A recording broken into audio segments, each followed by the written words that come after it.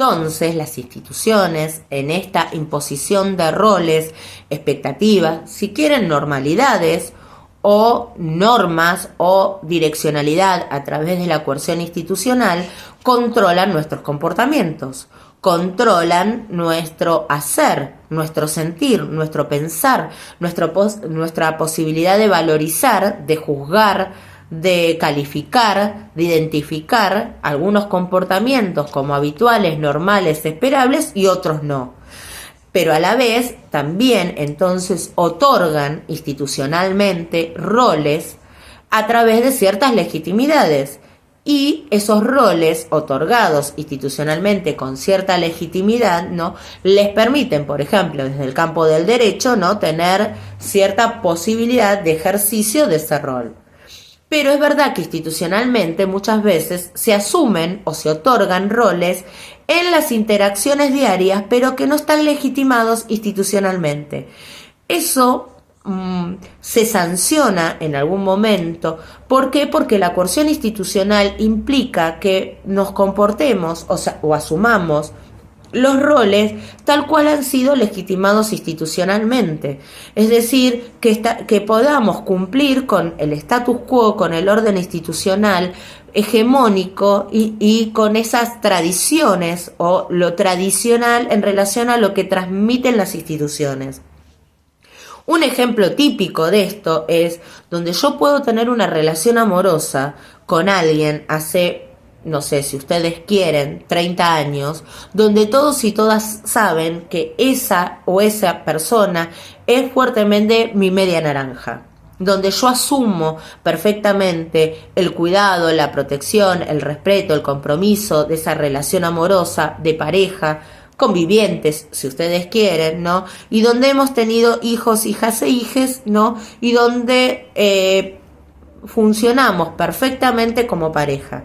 Nadie duda, ni nadie en la interacción, en los que nos conocen y en los que no nos conocen y cómo nosotros nos presentamos en el mundo, decimos, él es mi pareja, ella es mi pareja, ella es mi compañera, él es mi compañero.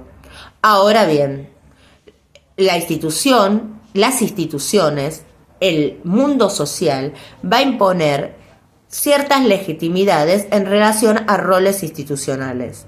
Yo puedo tener un compromiso sumamente explícito, implícito con esta persona, pero entre las instituciones van a ir generando ciertas legitimaciones y por ende cierta coerción social en donde yo voy a tener que tratar de adecuarme, tratar de asumir y tratar de otorgarme un rol institucional que sea legítimo, no el que yo quiera imponer a el orden social establecido.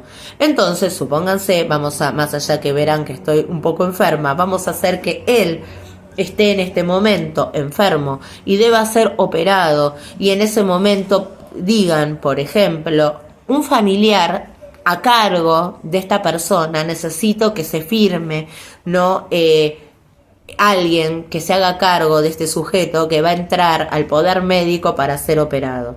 Yo corro por el pasillo de ese hospital o de ese centro de salud, soy yo la compañera de él hace 30 años, su media naranja, su amor imposible y posible, etcétera, etcétera. Soy su todo.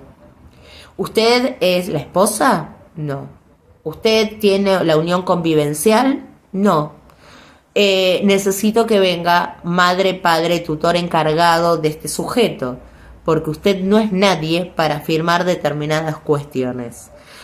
Rol asumido, rol otorgado en la legitimidad institucional, como podría ser si voy a una institución bancaria a pedir un crédito y cuando nos dicen quiénes son todos esos que vienen a ser parte del garante o de la posibilidad de ser otorgado el crédito, también ese rol institucional necesita una legitimación de otras instituciones. Es decir, que nosotras podemos luchar por ciertas modificaciones en las instituciones, como esa batalla naval, ¿no?, donde tiramos a 4, hay 5, etcétera, pero sabemos que las instituciones se van a autolegitimar entre ellas para mantener el status quo, etcétera. Seguramente podremos hundir y modificar algunas cuestiones, pero hoy, por ejemplo, en la Argentina de hoy, vemos cómo cierto modo de funcionar institucionalmente, hegemónicamente y si quieren hasta patriarcalmente y con ciertos poderes, ¿no? Las instituciones están siendo fuertemente retrógradas en la posibilidad de establecer nuevamente un status quo o parte del status quo que había sido modificado años atrás, ¿no? Piensen los derechos, ¿no? Que de alguna manera van mostrando esta modificación de la legitimación o la incorporación, ¿no? De nuevas subjetividades o la posibilidad de otorgar a través del lenguaje y de los derechos, ¿no? Determinado orden o legitimación institucional diferente. Entonces, sí es importante pensar que este mundo institucional todo el tiempo trata de ir controlando, coercionando hacia que, por ejemplo, en este ejemplo que yo les decía hace un ratito, bueno, uno termine diciendo, bueno, nos casamos, así es más fácil. Cuando ustedes sienten que de alguna manera se facilita el acceso o la posibilidad a ciertas cuestiones, estamos dentro fuertemente de lo normal, de lo típico, de lo esperable por el orden social y por lo coercitivo institucional. Cuando nosotros tratamos de ir desviándonos, si ustedes quieren, de este camino, de lo que Dios manda o de lo normal, sentiremos que entramos en problemas con este orden institucional y por ende por la coerción social. Hasta por ahí quedar invisibilizados, marginados, marginadas o ni la posibilidad de ser objetivadas con un nombre a través del lenguaje.